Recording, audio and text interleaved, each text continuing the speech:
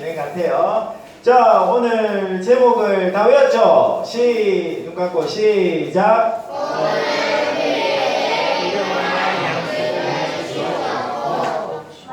마태복음 6장 11절 말씀. 아멘. 자, 오늘 본문의 말씀 제목하고 똑같네요. 자, 한 번 더 읽고 바로 외워서 한번 해보도록 할게요. 준비 시작. 마태복음 6장 11절 오늘 우리에게 일용할 양식을 주옵시고. 마태복음 6장 11절 말씀. 아멘.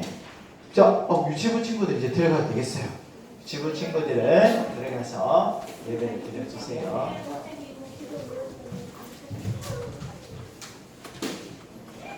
은선아, 저 밖에 문을 좀 닫아야지. 아니, 그거 말고 좀 밖에. 그래, 그거만 닫고 들어와. 자, 이거 다 외웠죠? 다 외웠죠? 자, 해볼까요? 시작! 마태복음 6장 11절 오늘 우리에게 일용할 양식을 주옵시고. 마태복음 6장 11절 말씀. 아멘.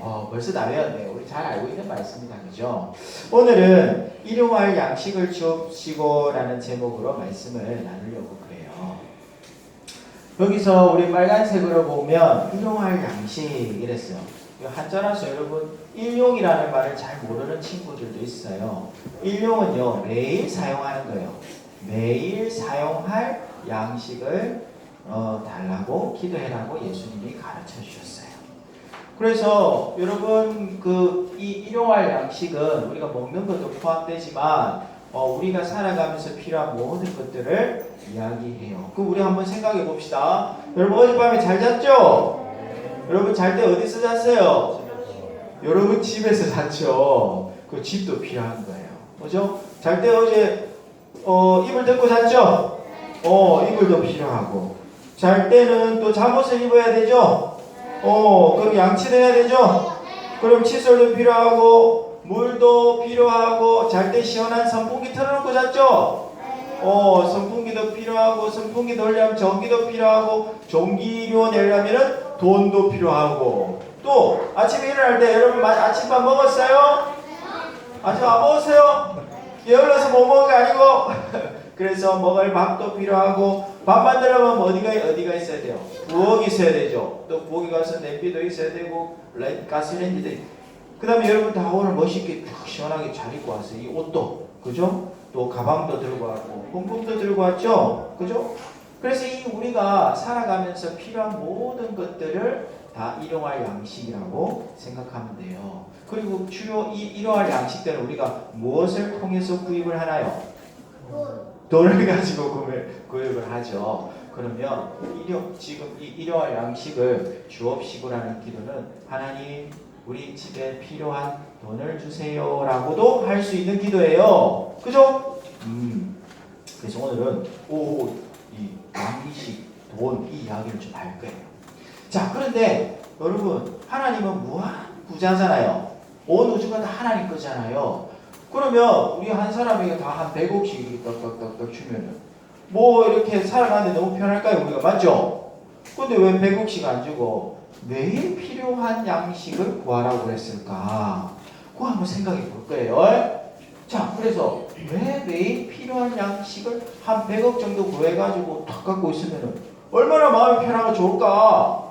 그런데 매일 필요한 양식을 구하라고 했을까? 그래서 이걸 알아보기 위해서는요, 어디로 가야 되냐면 이쪽으로 가봐야 돼요. 어디냐면 여기가 애굽, 출애굽 할 때요. 애굽에서 나올 때인데 여기 고센 땅에 이스라엘 백성들이 살았죠. 애굽에서. 그래가지고 10가지 재앙을 통해서 바로를 뒤로 하고 이렇게 나왔죠. 출애굽을 했어요. 쭉 가가지고 여기 시내산이네요. 시내산에서 뭘 받았어요? 율법을 받았죠. 율법 받고요. 그 다음에 쭉 올라가서 어디로 갔냐면 지금 요렇게 가서 여기 신광야라는 데가 있어요. 신광야. 무슨 광야? 신광야. 요 신광야에 도착할 때가, 여기 출발할 때가 1월 15일 신광야 도착할 때는 2월 15일. 딱 며칠이 지났어요? 한 달이 딱 지난 거야. 여러분 여행할 때요. 아무리 잘 챙겨와도 한 달 정도 먹으면 어떻게 돼요? 챙겨온 거 다 떨어지겠죠? 딱 이때 챙겨온 게 딱 떨어지니까 이스라엘 백성들이 뭘 해야 돼요? 필요한 거 있으면 어떻게 해야 돼? 이스라엘 백성들이. 그렇죠. 하나님께 기도해야 된단 말이에요. 그럼 이스라엘 백성 하나님 기도했을까? 기도 안 했어요. 뭐라고 그랬냐면 이렇게 이야기했어요.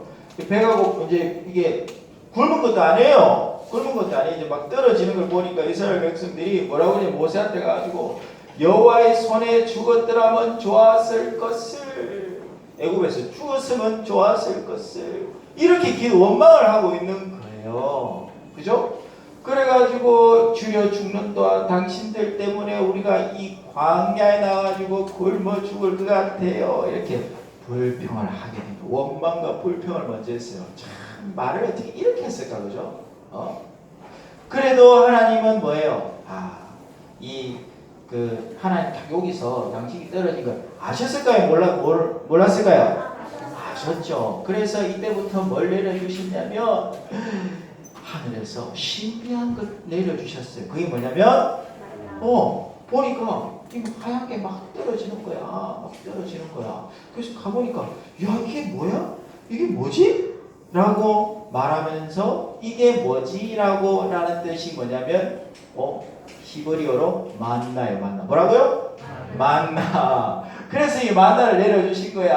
막 서리처럼 막 내렸는데 이게 가루처럼요. 이거를 뭐 구워 먹기도 하고 삶아 먹기도 하고 빻아서 막 떡을 만들어 먹을 수도 있는 참 고소한 꿀에 바른 이런 맛이 막 나는 만나를 내려주셨던 거예요. 근데 만나를 거두러 갈 때 꼭 한 사람이 하루치 필요한 만큼만 거두라고 그런 거예요. 그럼 이스라엘 백성들이 그렇게 잘 순종을 했겠죠? 순종한 사람도 있고 순종하지 않은 사람도 있어요. 왜? 다음날 모아놓고 걱정되니까 내일 안 내리면 어떻게 하지? 걱정되니까 다음날 것까지 또 더 많이 모아간 사람도 있는 거예요. 그런데 그 다음날 필요 이상으로 모아갔던 이 만나는 전부 썩고 냄새나게 된 거예요. 그럼 어떻게 해야 돼요? 다음날 또 가야 되죠. 또 그대로 가야 되는 거예요. 또 그대로 가면은 계속 반복해서 가면서 하나님은 뭘 가지기를 원하셨냐면 이스라엘 백성들이 매일매일 너희들의 먹을 것을 책임지는 분이 바로 하나님이신 것을 알게 하셨던 거예요. 그럼 반복하면 알게 되는 거예요. 그렇게 반복 교육을 이렇게 해 주셨어요. 그래서 이스라엘 백성들은 그 40년 동안 단 하루도 굶지 않고 이 만나를 먹었던 거예요. 언제 만나가 그쳤을까요? 약속의 땅 가나안에 들어가기 전날에 들어가면서 이 만나가 이제 멈췄던 거예요. 그죠? 그래서 우리도 그런 거예요. 이 하나님께서 우리를 먹여주시고 우리를 입혀주시는 것을 그런 믿음을 가지기를 원하신다는 거예요. 그래서 이 믿음을 보면은 여러분 믿음이 잘 안 생기면 뭘 보라고 그래요? 마태복음 공중에 뭘 봐라? 새를 봐라. 새를. 여러분 새를 봐라. 새는요 뿌리지도 않고 거두지도 않고 모아들이지도 않는데 하나님께서 그것들을 먹이신다는 거예요. 그러면서 여러분이 새보다 귀해요? 안 귀해요? 훨씬 더 귀하죠. 하나님의 형상으로 만든 너무너무 귀한 그리고 예수님의 피값으로 산 하나님의 자녀잖아요. 그래서 여러분의 먹을 것, 입을 것, 아까 이야기했던 모든 것들을 하나님께서 책임져 주시고 책임지고 공급해 주신다는 거예요. 그런 믿음을 여러분이 갖고 살기를 원하는 거예요. 이 믿음이 있으면 어떻게 해요?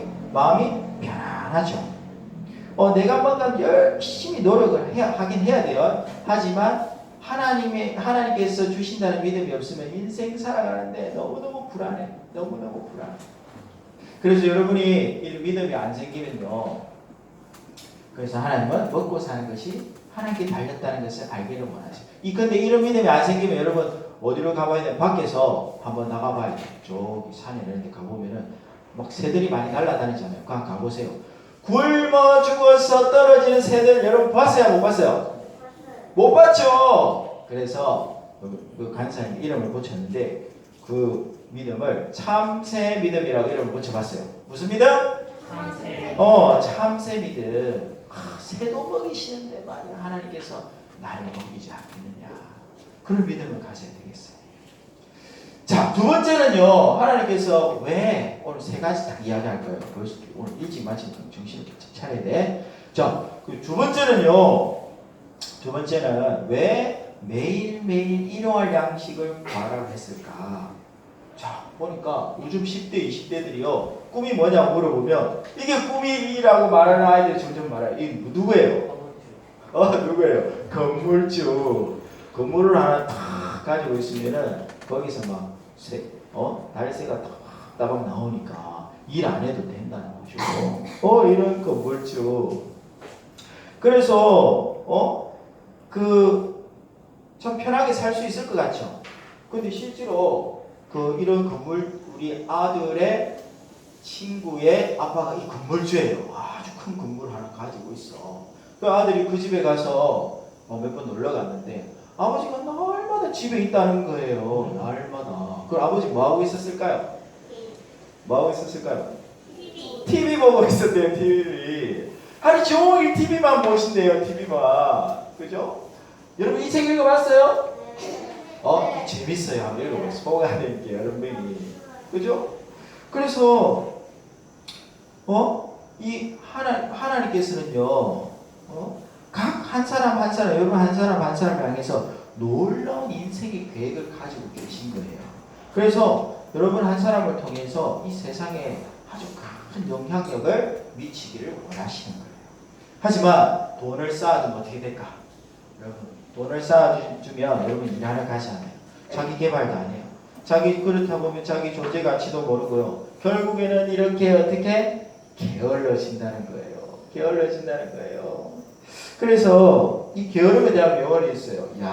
게으름은 쇠붙이의 녹과 같다. 노동보다도 더 심신을 소모시킨다. 그래서 당신의 능력을 갉아먹습니다. 그래서 하나님은요, 왜 이렇게 일용할 양식을 구해라고 했는가? 여러분이 성실하게 매일매일 살아가기를 원하신다는 거예요. 알겠어요? 그래서